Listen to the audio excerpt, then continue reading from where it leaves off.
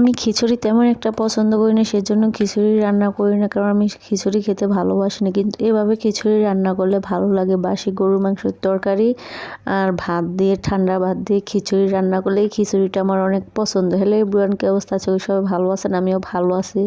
তো প্রথমে আমি আজকে বাসি গরুর মাংসের তরকারি দিয়ে ভাত আসলে, ঠান্ডা ভাত আসলে সেগুলো দিয়ে আজকে আমি খিচুড়ি রান্না করছি। আমার কাছে এভাবে ভাত দিয়ে খিচুড়ি রান্না করলে সেটা ভালো লাগে, কোনো পানি টানি দেওয়া হবে না, ঝোল দিয়ে মাখা মাখা খিচুড়ি একটা খুবই ভালো লাগে। তো আগেই প্রথমেই রান্না করে এনে ঘরে ধুয়ে দিয়েছিলাম, পরে চামচের মধ্যে একটু লেগে আসলো, সেটা আমি ভালো করে চেটে খাইছি। আমি এভাবে পাতিলে কড়াইতে ভাত খেতে খুবই ভালোবাসি, কারণ আমার ছোটোবেলা থেকে অভ্যাস যে পাতিলে যখন তরকারি গরম করে তরকারির চারপাশে যখন একটু পোড়া পোড়া লাগে না, তখন ভাত দিয়ে কাছে কাছে খেতে আমার কাছে অন্যরকম একটা ভালো লাগা কাজ করে। আমি জানি আপনারা ভাববেন যে মনে আমার ফ্লেট নেই বা কি, তো পাগল হয়েছে। আসলে ভাই পাগল না, যে যেটা ভালো লাগে সে তো সেটাই করবো। আমার এটা ভালো লাগে, এভাবে খেতে আমি খুবই এভাবে খেতে ভালোবাসি, সেজন্য মাঝে মাঝে আপনাদের সাথে শেয়ার করি। আমি বলছি না যে আমার যা আছে আমি সেটাই দেখাই, আমি অন্য কিছু বাড়তি দেখাই না। অনেকে আছে খিচুড়ি, রুটি, পোলাও, বিরিয়ানি, কাচ্চি এগুলো সব পছন্দ, কিন্তু আমি এই ধরনের খাবার কোনোটাই পছন্দ করি না। আমার এগুলো ভালো না। আমার 3 বেলা ভাত হবে, আমি তৃপ্তি করে পেট ভরে ভাত খেতে পারি। আমি যেহেতু আবার এগুলো খেতে একটা বেশি পছন্দ করি না, যারা আমার ভিডিও দেখেন তারা অবশ্যই জানেন যে আমার গ্যাস্ট্রিকের সমস্যা, সেজন্য আমি খিচুড়ি, রুটি এগুলা মানে তেল জাতীয় জিনিস খাবার এগুলো থেকে আমি দূরে থাকি।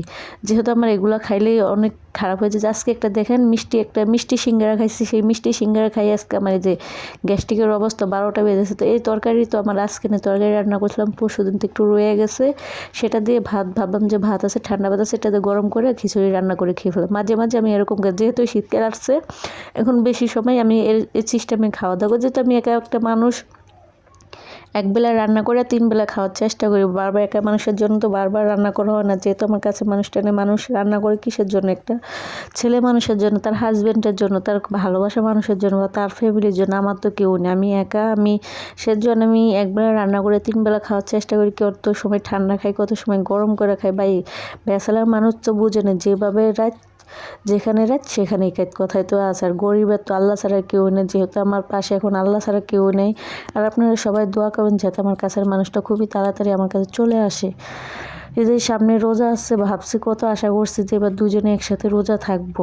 একা একা রোজা থাকতে ইচ্ছা করে না, ভোর রাতে উঠতেও ইচ্ছা করে না। এটা যারা একাকিত্ব জীবন কাটাচ্ছেন শুধু তারাই বুঝবেন, তাছাড়া কেউ বুঝবে না। তো কথা বলতে বলতে একটু গলায় সমস্যা, গলাটা বসে যাইতেছে, যেহেতু ঠান্ডা পড়ছে, ভালোই ঠান্ডা পড়ছে, ঠান্ডার দিকের জন্য একটু ভালোই সমস্যা হইতেছে গলার মধ্যে। তো কথা বলতে বলতে আমার খাওয়া প্রায় শেষ হয়ে গেছে। আমি অনেক তৃপ্তি করে ভাত খেয়েছি। আমার কাছে খুবই, ভাত বলতে কি খিচুড়ি, যে মানে ভাত খেতে খেতে অভ্যস্ত, তো এই জন্য সবসময় ভাতই চলে আসে।